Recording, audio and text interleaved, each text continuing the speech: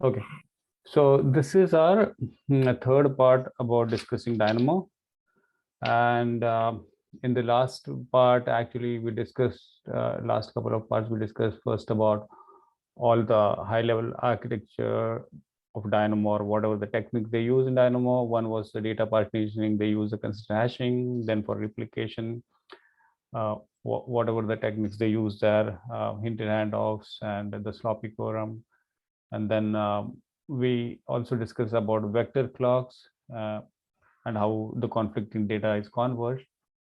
And now we are coming to anti-entropy, the Merkel tree and the gossip protocols, which are the couple of topics which are to be discussed for this session.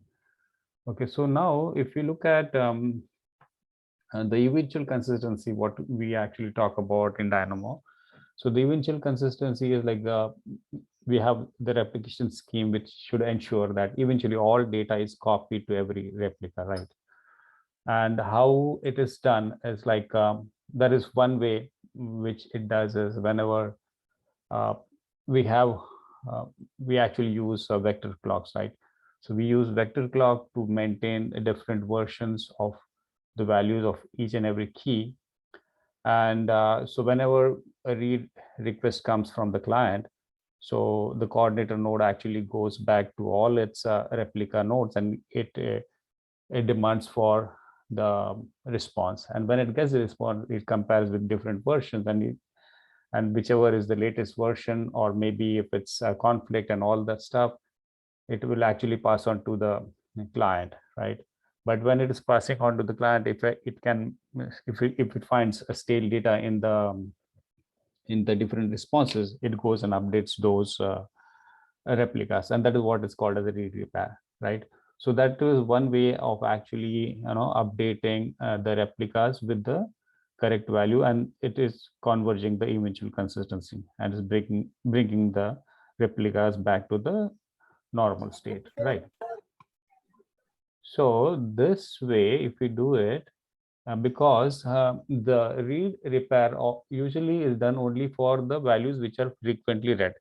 So what happens if the some of the values are not read at all, for a very long time, or maybe. So in these cases, what will happen is the replicas might drift.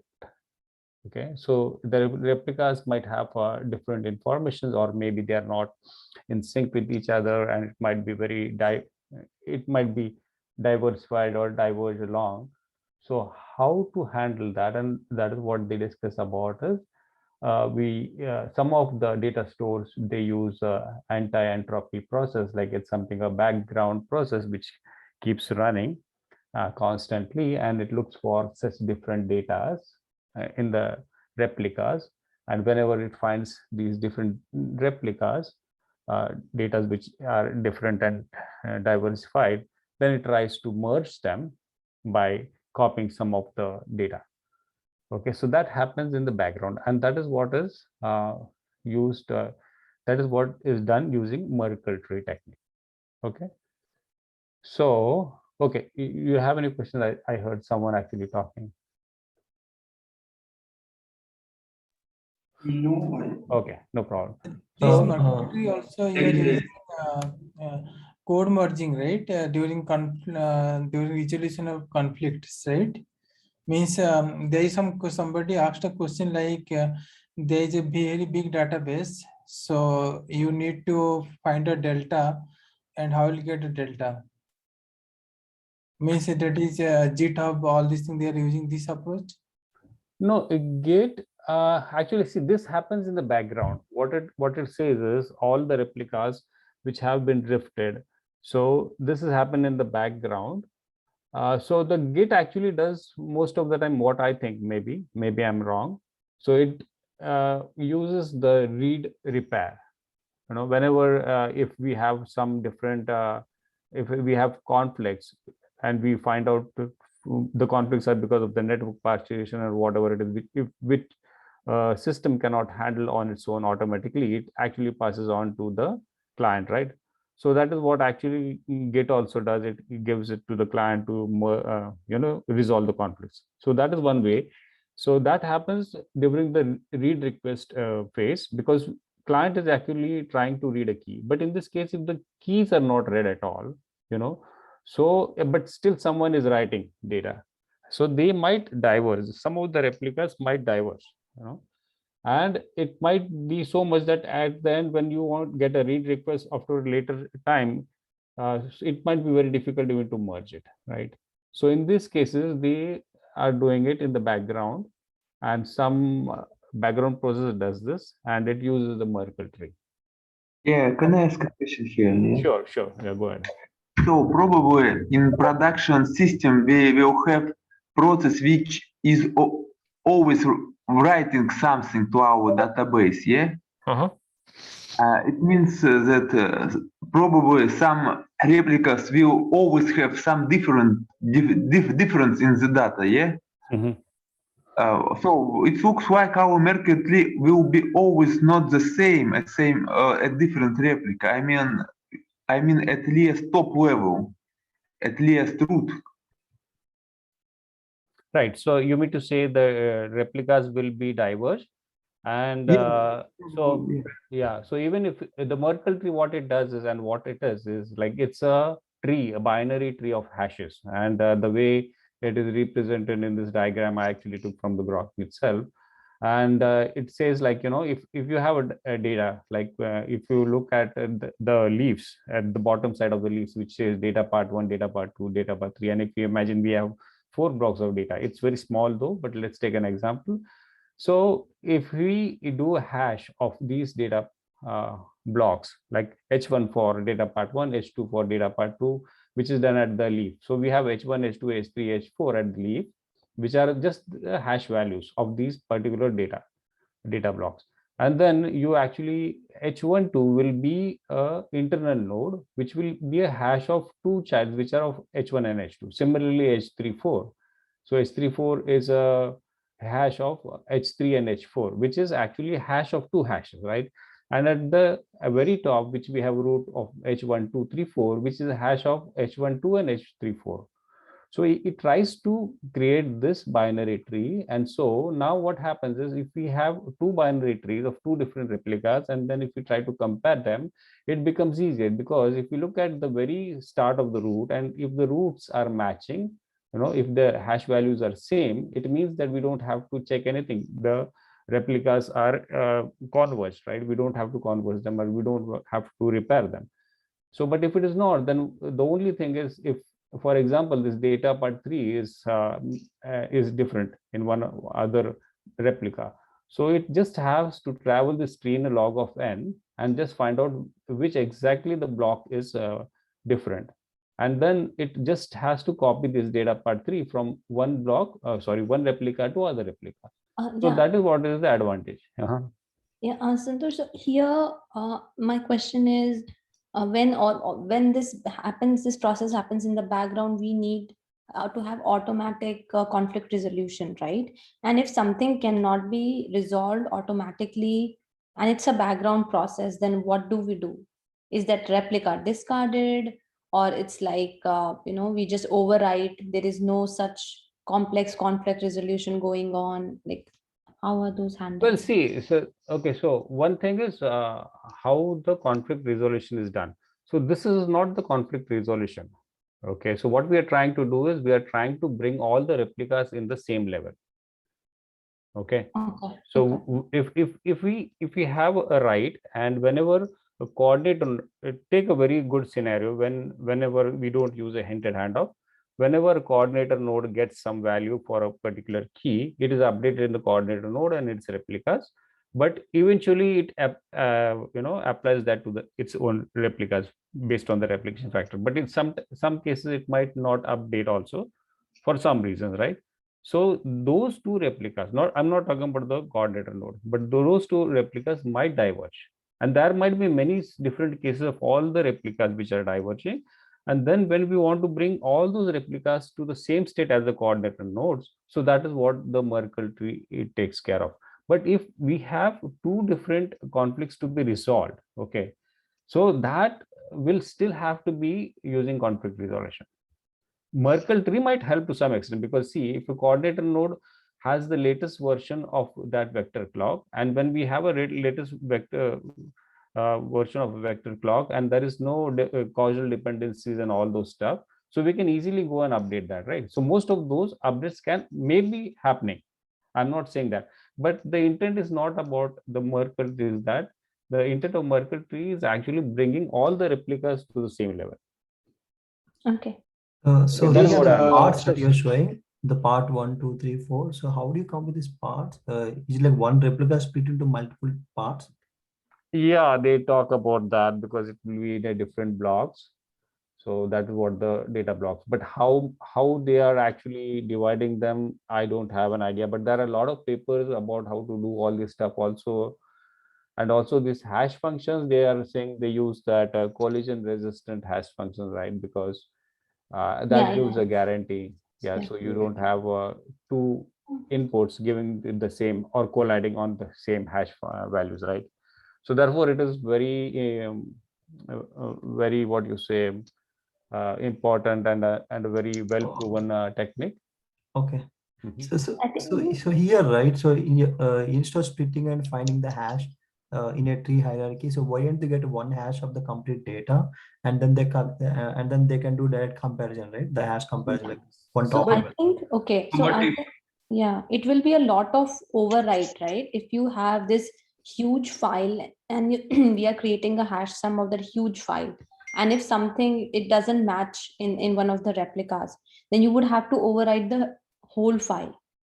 And in this way, we are making that overwrite smaller, like basically particular write branch will smaller. Oh, Yeah. okay. So you're gonna compare from the top level. If it's not matching, then go to each Correct. child. So And right, Yes, if right, yes. right. your Yeah. part is not Yes. matching, that you're gonna copy that. Okay, got Yeah. it. Yes. I think it makes sense. So Otherwise, entire file you'll have to scan and then correct it, right? Yeah. Right, Here right. in a specific branch you will. Yeah. Okay, that's And perfectly fine. Yeah, makes sense. And also the and data part. Santosh, Mhm. yeah, Go Santosh. ahead. So this tree is just for the one replica, and we have another tree for another replica, and that's what we are trying to match the root node, and then we drill down till to find the difference, if there is a difference, correct? Yep. That's Yep. correct. Yeah, yeah. That is what I understood.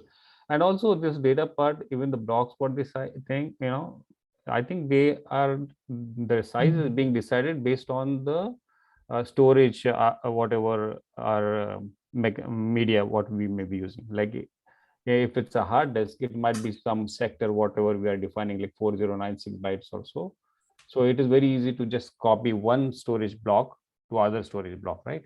And also the network capability, right? We don't want huge chunks. There is a limit to how much. Exactly. Yeah. Right.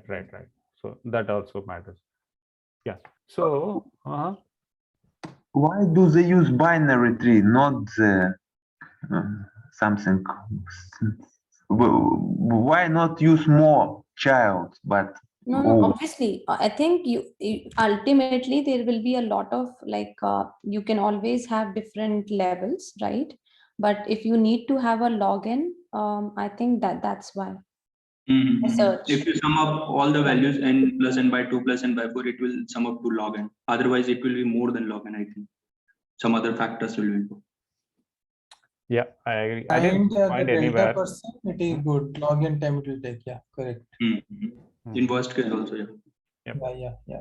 Yeah. I mean, why not to use? Yeah, this was the exact question somebody asked in the interview. You have given the big file, some very minimal file is got changed. How will we get that file? Design something this approach that will be get that file which got changed very with minimal time. I think this is the best approach to do that, solve problem. Comparisons will be less here if you have 2 children, right? I mean, Yes, if you're yes. dividing at every spot. But if you're saying n children you'll have at every row, then number of comparisons will be n minus 1, right? I mean, if Right. everybody compares with each other. So to reduce that. Right. Yeah. So yeah, Nick, you had some question. Oh, thank you. Okay. So now when we have to compare, as it was discussed earlier, like we have to form this Merkel tree for one replica and the other tree for other replica, and then we start comparing like we do for the normal binary tree traverses, right? We start with the root. If the roots are same, then we don't do anything. We just leave that replicas. But if it is not same, then we recursively go to the left and right subtree, and then we go to the very end, whatever that data block would be. So that is what they are discussing about binary tree traversal. And now, so the very good benefit about it is like, you actually go and find out the minimum amount of data which has to be updated. So we just go and find the exact block which we have to update, and so you minimize on the reads of that particular sector and all that stuff, and also don't do much of disk reading. So the other problem is, whenever, so this has to be, Merkel tree has to be generated for each and every replica. It's not only like if you generate it once and that's done, but because the replicas keep on changing, where nodes are being added and the data is being moved here and there, so you'll have to keep generating these replicas every time, these Merkel trees, whenever you want to do a comparison. So that is the only downside of it. And constructing this Merkel tree, it might be efficiently implemented by different platforms, but it's still one thing which we have to take care of it, and that is what they talk about in the demerits. So that is only downside of a Merkel tree, because we are using this collision resistant hash function, so it might be complex also to implement, and how best efficiently we can implement, that will be a bit of challenge. Okay, but it's a very proven technique, and therefore it has been used by many. I think Cassandra also uses, and React also uses about this. So, okay. So now let's go with the second thing what we wanted to discuss, and this will be about gossip protocol. But before going there, if you have any questions on the Merkel tree before we move to the gossip protocol. Yeah, I do have one question, just last question. So what other use case apart from comparing replica where we can use a Merkel tree? Well, okay, they use it heavily in cryptography and Bitcoining and all that. So yeah, that is what they say, because this data portion also, whatever we are talking about, the blocks, they can be huge, and I think millions and billions of such records can be compared very quickly, and that is what they are using. So these are a couple of use cases at least I know about. So basically, wherever the use case applicable, where compare two blocks of data, in that case, Merkel tree is applicable, I guess, correct? Right. Yeah, and one more common use case you see is verifying the integrity of the data. Oh, Like you that's don't very plagiarism and all. important. Yeah, plagiarism. Yeah. That's very good point. Sorry, you brought. Thanks for bringing that. Yeah, is the integrity of data is very important here, and that is what the intent is, right? Yeah, correct. Integrity in what sense? I didn't get. Like, I mean, data preservation. So it's not diverging, right? The whole replica. So you have to, even if it is corrupt and all that stuff, or maybe it's a different. So you actually. So to tell you whether it's a genuine file, generally you get a MD5 hash. For example, if you download any Ubuntu ISO image, you find the ISO image, right? So you can recalculate and verify, okay, whether it has been tampered or not. Yeah. Okay. Yeah, that makes sense. Cool. So now about the gossip protocol. So Dynamo uses gossip protocol actually to keep the track of the whole cluster state. And what is this gossip protocol? It is nothing but a very peer-to-peer protocol, and it is a lightweight, and it is more efficient, and it's very reliable. So because in Dynamo we have leaderless, and all nodes are not being coordinated by a single node, right? There's no central node which coordinates all the activities and keeps track of all the states of all nodes. So what is the best way to do it, and how each node knows about the other nodes? Because now the responsibility becomes on each and every node to know the information of all the other nodes also, right? So the one way what was discussed is like, we have a heartbeats, distributed with each and every node. So all nodes, they start sending heartbeats to all other nodes, and then they actually look at it, or like look at the heartbeats and converge to some state saying, okay, this node is up and this node is down. But in that case, what happens, you are sending almost n square messages at a time. And if this happens periodically, like every second, so there is a lot, it's going to consume a lot of network bandwidth. So that there has to be some way wherein we actually communicate all this information, but at the same time, we don't overload our network. Okay, so what is the best way? What they found out was using a gossip protocol, which is almost like a multicast based approach, wherein you send a number of packets your state packets to different nodes, and then the nodes will actually take those and actually take that information and process it, right? So basically what we are trying to do by exchanging this information, we exchange those particular hash range, what a particular node is at, and how much different nodes it can reach, and all other stuff, like the whole metadata of what you say, like the hash string itself, right? So it's almost the copy of the hash string. So therefore, each node at the end of gossiping will have a complete hash ring status. Okay. So then, how does the state or the information process? It's like, a node will actually in a network, it is said like it will randomly select a peer, and then it will exchange this state information.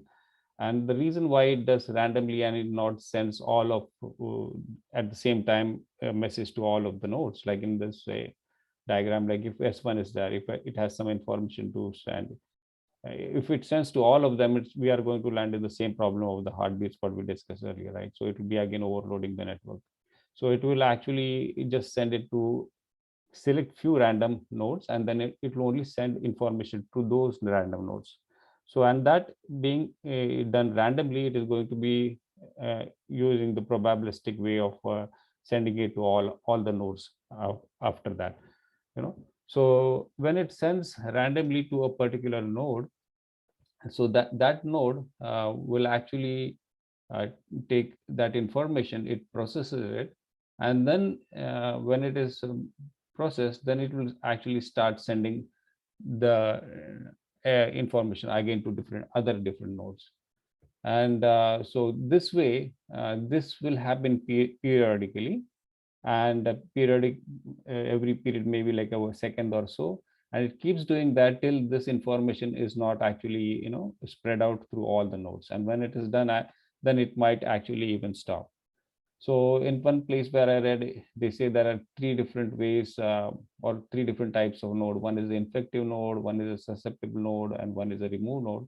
So the infective node will be like, it has some information, or there might be a change in its state. So it wants to spread this information.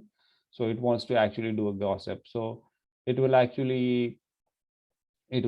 connect to a susceptible node. Susceptible node is a node which doesn't have that information. So it is ready to receive. So it will actually connect to those susceptible nodes.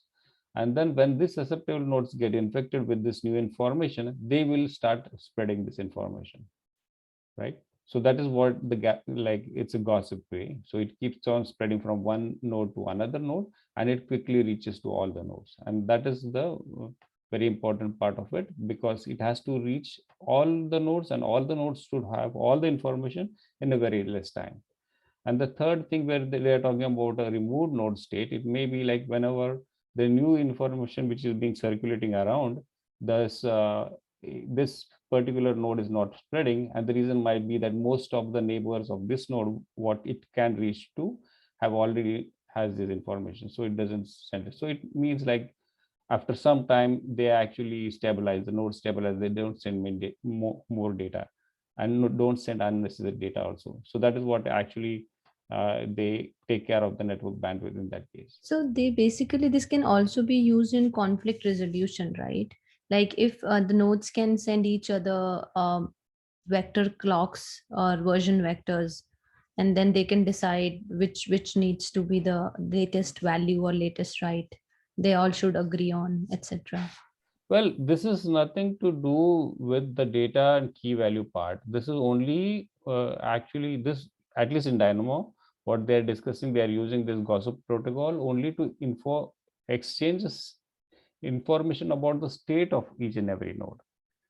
It has nothing to do You with say the key and state, value. does No, it no, mean it's a snapshot, consensus or is it level. state No. means alive or dead, or does it mean the It's alive, dead, or even if it like if like it's a a partition, snapshot? right? If there is a partition in the consistent ring, right?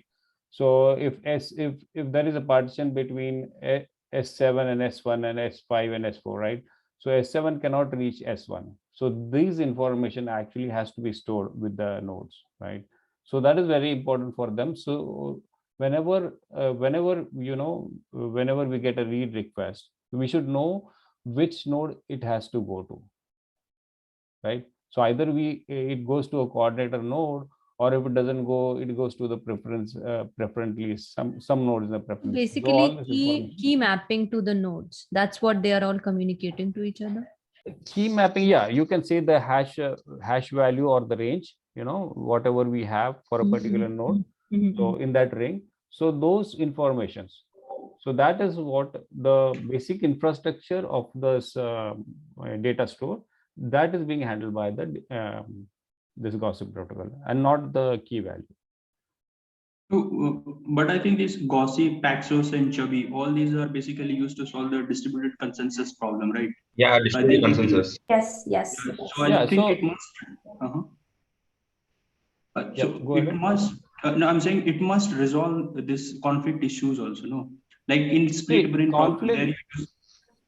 Okay, so the conflict resolution here, we are talking about the data conflict resolution that they have discussed. It's being used by either if it's completely diverse, yeah, you actually give it to the client and then it resolves, or does a read request, read repair and all that stuff. So that is not being used by gossip. And gossip is also almost like an unreliable protocol, isn't it? So if it is like you're just sending an information, and you are actually not really waiting for an acknowledge to happen. It is looking for acknowledge for sure, but if it doesn't happen, it doesn't have any problem. It will still go to the next node and send the data. But in conflict, you want the conflict to be resolved, right? When you are actually expecting. So that is what I understand. But somewhere I read these three. I mean, this Chubby, Paxos, and Gossip. Both of them will resolve the. I mean, will converge. Yeah, all these consensus protocols do resolve this conflicts and eventually agree upon one value. Okay. Even gossip does that. Okay. It's but like they have not used in Dynamo at least. In Dynamo they haven't used. In some other problem I saw. Maybe, yeah. Okay, no worries. So okay. Go ahead. Yeah. Can I ask, why do we have bidirection rows? Sorry. So both of them will share information to each other. That's why bidirectional rows. Oh yeah. I'll just explain that here. So what it is said, so now if you see, there is one example here, like when these are the two nodes, S1 and S2, and they are exchanging information and they want to gossip. So S1 will initiate a packet. Actually, it will send a synchronized packet, maybe SY and SYN packet to the S2, and when it is sending, it actually sends all the IP addresses and the heartbeat versions and everything from S1 to S2. So S2 actually will consume that information, and then it will find out whatever is different, and that information will actually be updated in the metadata of that S2. And then S2 will actually start another packet, which is like an ACK packet, which will send it to S1. And this ACK packet will have all the information of S2, which S1 won't have. So when S1 receives this ACK packet, actually it will update its metadata of whatever S2 has sent. And then it again sends an ACK2 package to S2 with the updated information of S1. And therefore it completes when S1 gets that packet, it will actually update its own metadata, and then this completes one gossip. Yeah, go ahead, sorry. Yeah, so I feel like this can, okay, so for example, S1 has some data, and then S2 has, so S1 has something like, okay, a node S4 is not alive, right? Something like that, or the coordinator key mapping has changed to something else. Now it sends that data to S2. S2 has a different data, right? That it sends to S1 that, oh no, S4 is alive, S5 is dead. And then, so who will finally, what will be the thing that they will agree on? So this can just keep on going back and forth, right? Well, yeah, it as per what they discuss is like when S1 sends, initially it won't send any data from S1 to S2 because it's trying to establish a connection, and it will just send all the IP addresses what it can reach and what is the current heartbeat version and whatever it is. So when S2 gets in, it understands what this S1 can reach, whatever the IP addresses are. So based on that, it will actually pick up and create a difference, and then it will actually send the updated metadata of the state of S2. Yeah. On the, So, on the but state of there S2, might be or all the data that S2 has about any other node that S1 needs. Yeah. So I think in that case, they might also be maintaining some versions, so that is That's the what I way think, they might yeah. be. I understand. So Yeah. that is not very well explained anywhere. I could find out, maybe it is, but I'll have to read more. So, but maybe some way to resolve conflicts, and that is very much required, because see, these are the basic information. At least the ring has to be very stable state. If it is not, then actually it's not going to do its work, right? So there should be some way to resolve their conflicts, and it has to be very reliable way of resolving it, not the way we do it, the what you say are read, repair, or maybe resolving it by a manual way, right? The client way. Yeah.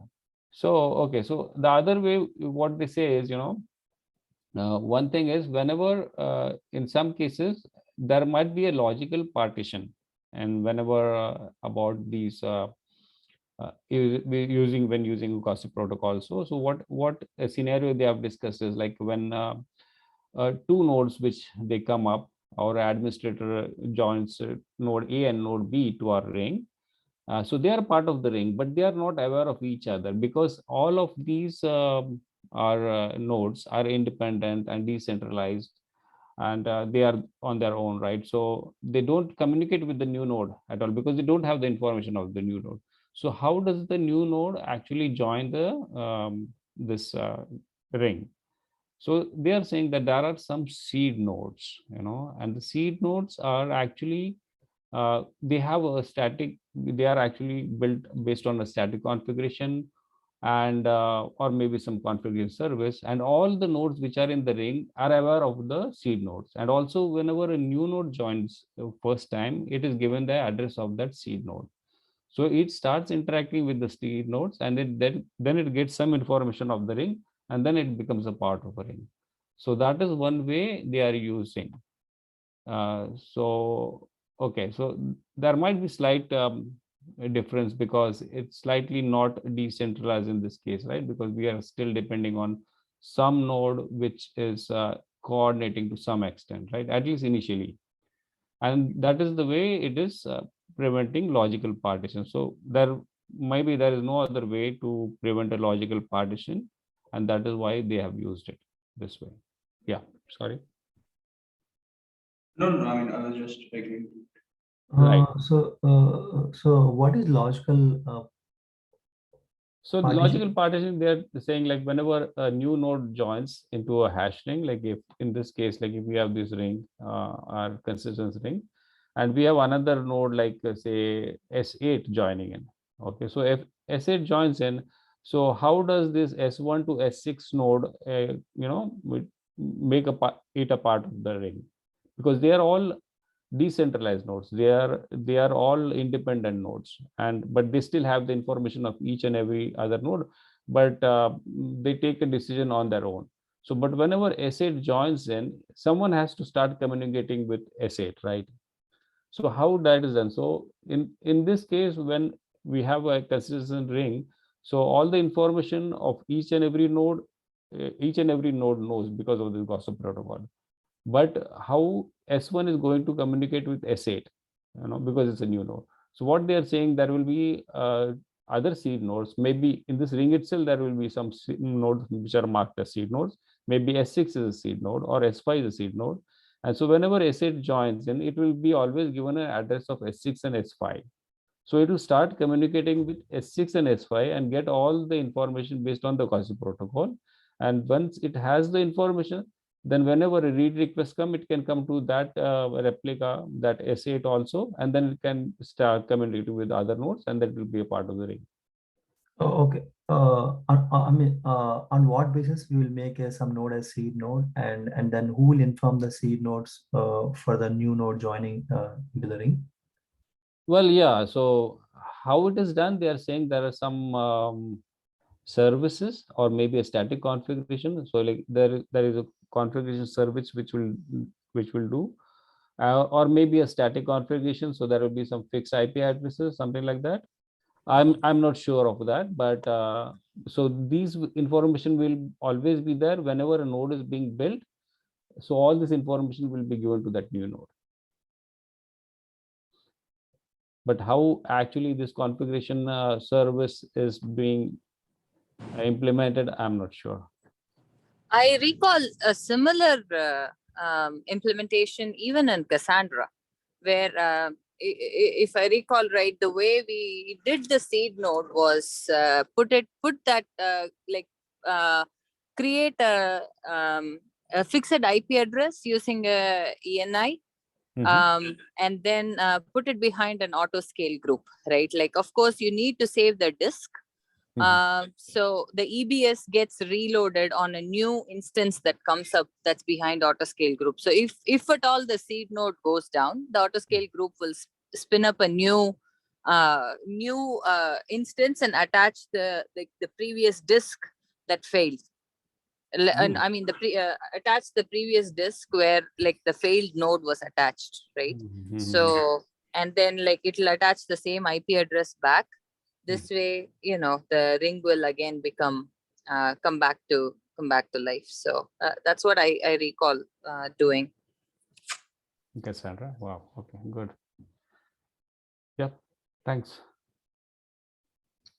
Yep. So it is necessary, right? This seeding is necessary, because or else there may not be an easy way to do it.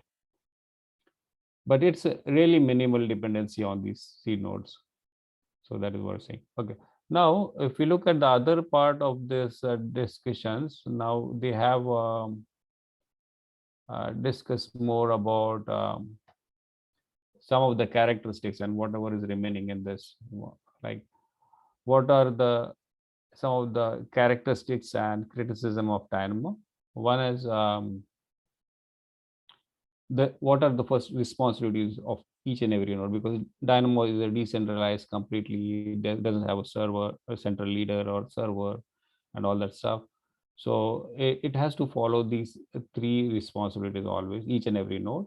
So one is it has to manage the get and put request, okay, which is being done by a coordinator node or maybe any other node which will actually forward it to the right coordinator node, right? So that is what the get and put request, what we discussed also earlier. And then it has to keep track of memberships and detect failures. So this is being done using gossip protocol. It keeps tracks of all other nodes in the system and whatever the ranges, what they are actually responsible for.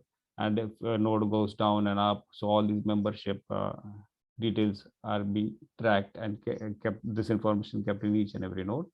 Okay, so one question here. So for this, do they use any zookeeper to find out if any node are coming up or going down? No, that is done by the gossip protocol. Whole thing is done by gossip protocol. So there is no central, so no coordination service. Oh, okay. So Well, only, gossip, right? So how it will be knowing that some node is down? Because if it's not broadcasting any data.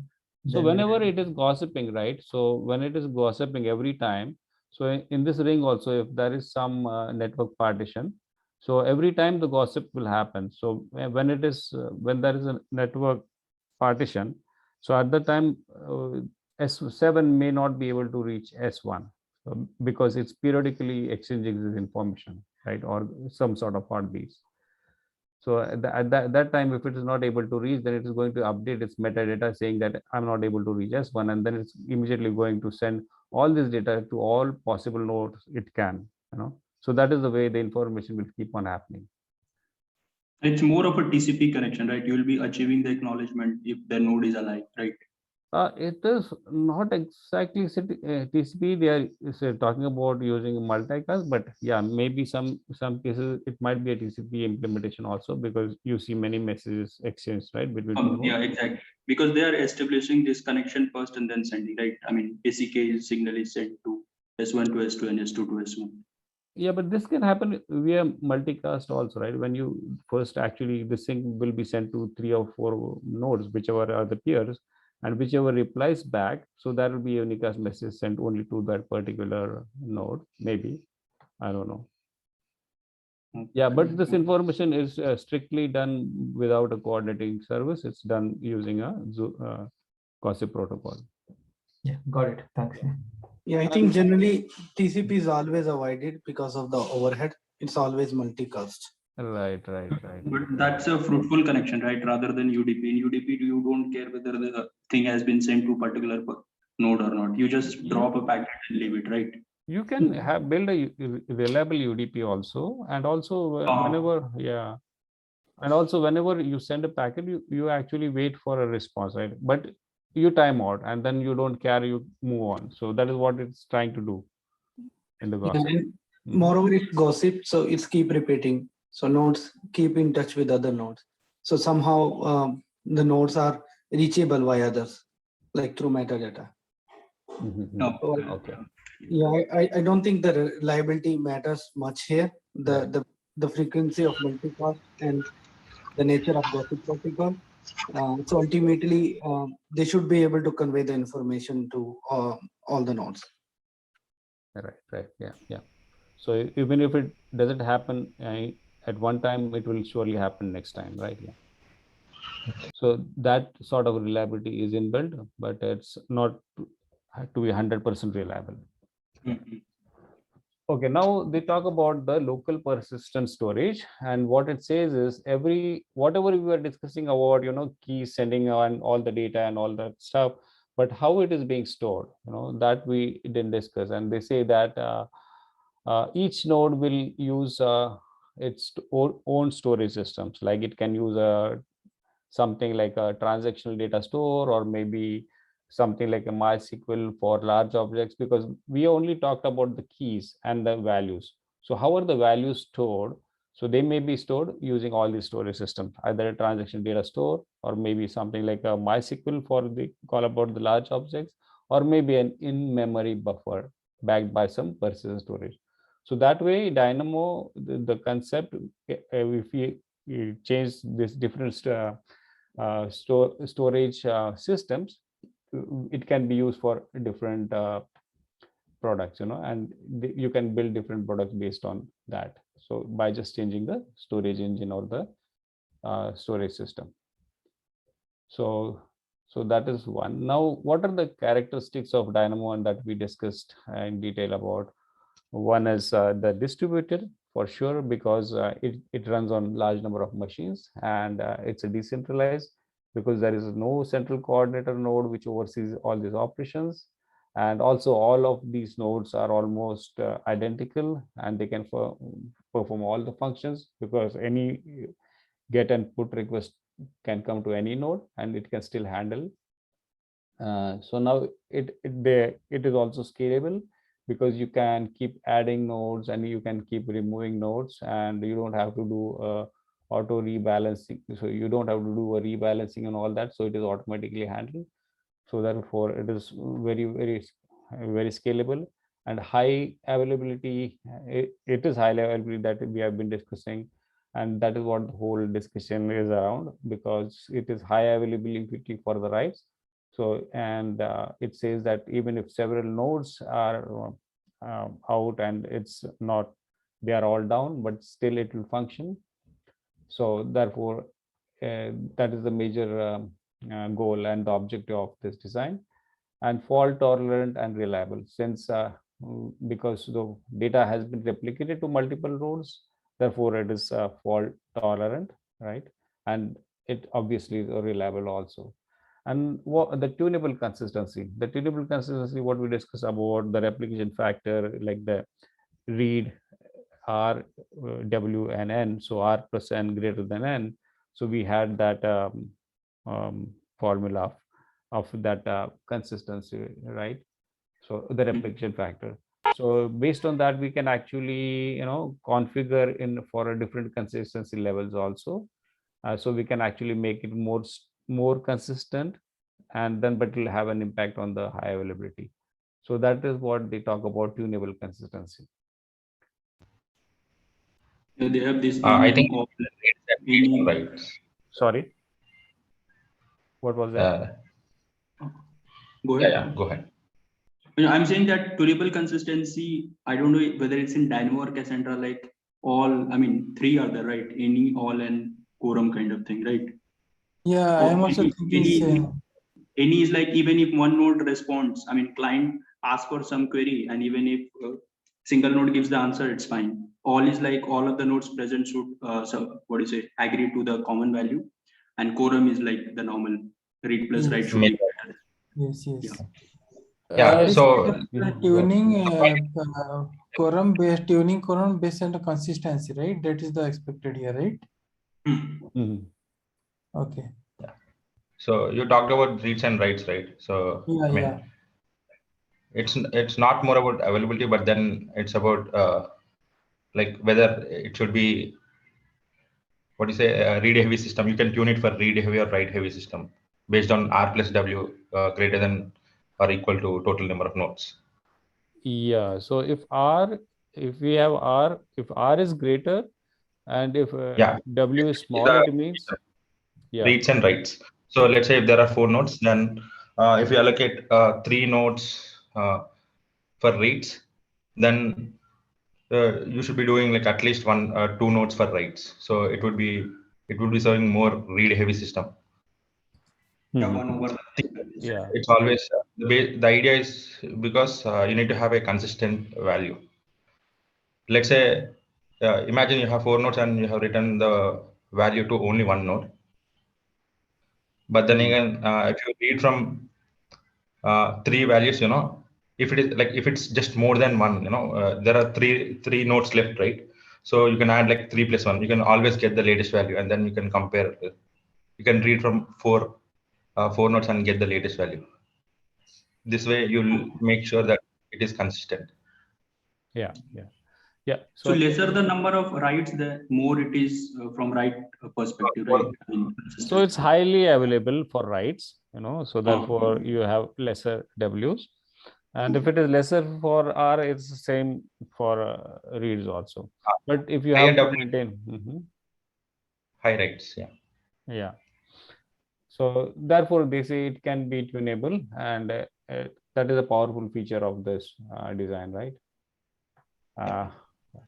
So now durable, because it stores all the data permanently, so it's durable. And then eventual consistency, we discussed about eventual consistency many times, right? So, and how eventual consistency is handled using the sloppy quorum, and then the read repair, and with the Merkel tree in this case. Okay, so now there are some criticism in Dynamo, and then people talk about, or maybe the paper also discusses, the chapter discusses about it. So each node contains what it talks about. The first part is each node contains the entire Dynamo's routing table, So this is good, as also, and it is not, in some cases it's not so good also, because it might have an effect on scalability if the number of nodes increase, Yeah, the routing table will increase, right? So that will again be a problem. Right. Yeah, and also CS discussed, right? So if there are conflicts, so you'll end up saving more information, and then resolving those conflicts might be an issue, and those tables will increase, and then in turn some of the nodes might not be available, right? So that might all have an impact on scalability.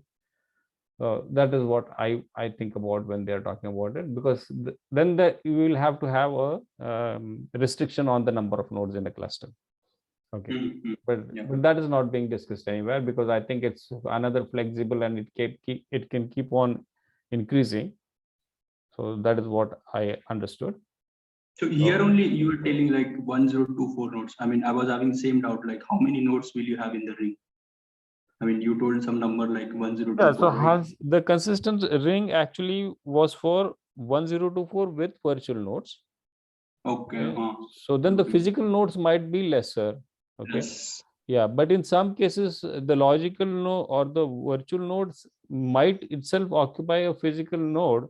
It all depends on how you are configuring the range, right? Yeah. So that's there is all no formula then, right? I mean, those are approximate numbers, right? Those are more, I would say, implementation details per data store or per platform. You know, so it depends on the design of how we are using this Dynamo. Right. So Dynamo basically is more, I think, you know, when I reading all this now, coming to the end of it, it seems to be a concept, right? And I think Praveen also discussed that one time. So using Dynamo, you can actually add different storage engine and you create a different product altogether. Like Cassandra actually is a real example of it. So they are using almost all the techniques of Dynamo, and they have used that the columnar database, and also maybe the DynamoDB and all that stuff. So, but only then you will have to, you know, have understand the trade-offs and whatever the requirements for your product, and then design it. Okay. So now seed nodes, as we were discussing, seed nodes actually are used for that gossip protocol, and therefore this violates the Dynamo's principle of symmetry. And what is the principle of symmetry is like all nodes are independent and they are actually completely self-independent. They can take a decision on their own, right? So they don't have to be dependent on forwarding or, you know, getting information from some other nodes. But if you look for the seed nodes, that is the only thing which there are discussions like it is not completely decentralized because it is dependent on seed nodes, at least to some extent. Okay.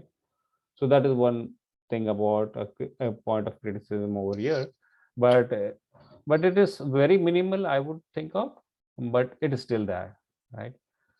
And also now when it is discussed about the security, it is said that Dynamo was actually, you know, done only for internal use in Amazon, and so the security was waived off and all that stuff. So we didn't require a very stringent security measures and all that stuff. But it is also said like if there is a very buggy software in the Amazon's internal environment itself, and that itself acts like a malicious actor, you know, so then it might actually have an different type of attacks, you know. So therefore that is a security concern, and that is what is being discussed. And secondly, it is talked about like the client application are often asked to manage inconsistencies. When some of there is some partition and then you still have some causal dependencies between nodes, and then you have different versions from the vector clock, then it's not able to resolve this automatically, so it sends it to the client, right? So that is what we discussed once. And the example would be like if all those information, if you are sending to a shopping cart, and if the user sees that, it is okay, but it has an impact on the user experience. It's not seamless user experience, right? So it might be the user might have a, you know, he might think, or it's like this software is not reliable, or maybe it's buggy. So that is what is a downside of that. Even though say it actually manages all those inconsistencies, but there is some manual intervention required, and that is what is a criticism on Dynamo. These are the 4 points which has been discussed. And the last thing what they have discussed is these techniques, which are the 5 techniques, with the 5 famous techniques what we discussed for Dynamo. They can be used, and Cassandra and React use them. So the first one is the consistent hashing with the nodes, which Cassandra and React both use. Hinted handoff is also used by Cassandra and React. And the anti-entropy with Merkel tree is used by Cassandra, but it uses a manual repair and doesn't use automatic repair. I don't know why that is, but yeah, that is what is said.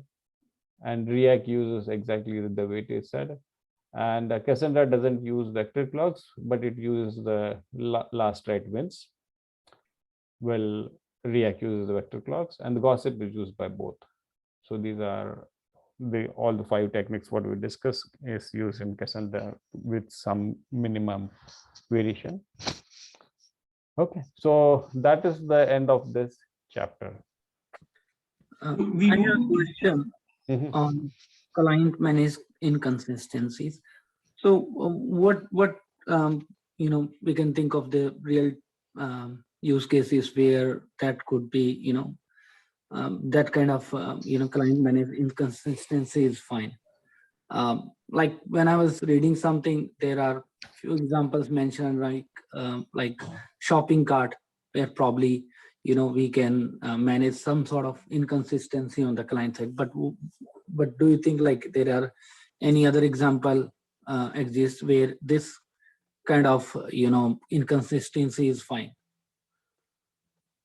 In what do you say, in social media applications? So yeah, but the GitHub also, right? So if the GitHub actually, when it gives you back, because it is really, so the system is not able to resolve these conflicts, because if it does on its own, it's going to corrupt some other data, isn't it?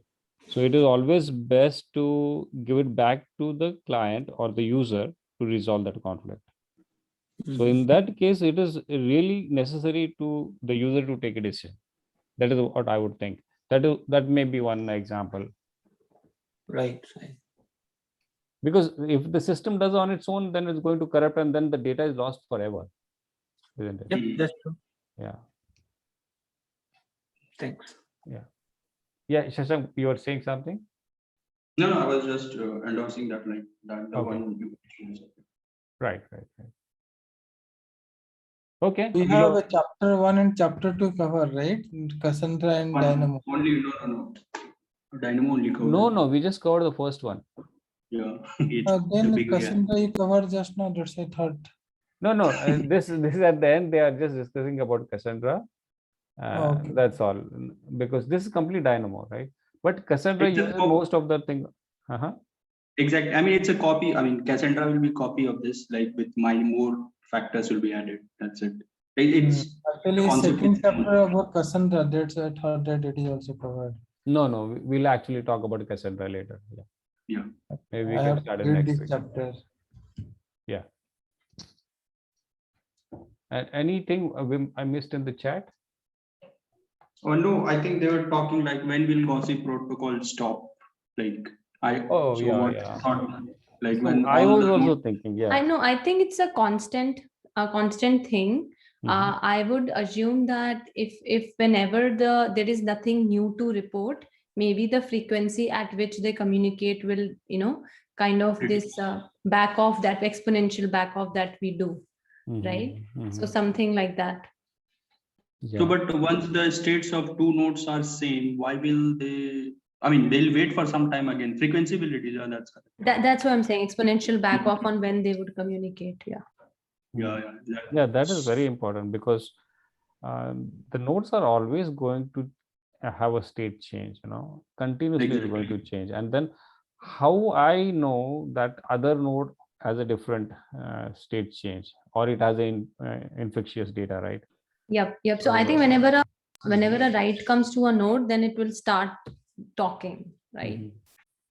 So someone has to initiate. In case if we just build a system and no one is using for some time, so there won't be any gossiping at all, right? Exactly. Yep. Yeah.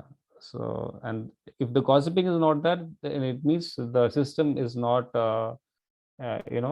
aligned, I would say, because it might be in a different state altogether. So you have to give us some trigger. There might be different ways of triggering the system to make it stable first, until we actually open it live for everyone. Yeah. And one more question was like, do we have multiple seed nodes to avoid a single point of failure? So we have only one, right? I mean, automatic, it's a leaderless application, right? If one goes down, the other will become the seed node. So you don't need to have multiple seed nodes, right? I think they discussed about multiple seed nodes. Yeah, that's like at least 2 of them. Yeah, maybe for a single point of failure. And because in the whole of this discussion, we didn't discuss about, redundancy for each and every one. So the replicas surely have, because the whole system is designed in such a way that the single point of failure is always taken care of. But only in the seed node case, it's different. There you have to have some other node to actually be a backup for that single point of failure in seed node. And I think So there are multiple then, right? I mean, not within one. Yeah, there are multiple nodes. Yeah. Oh, I thought that it will select automatically. Anyone will take. Will work on the behalf of the field, but that's not the case. No, actually, because someone discussed, right? If it goes down, then you still have to maintain the same IP address, but you can get the disk back, and then you again build a node, but with the same IP address and the same persistent storage. That's the only small downside. Yep. But Yeah. this was it, and I think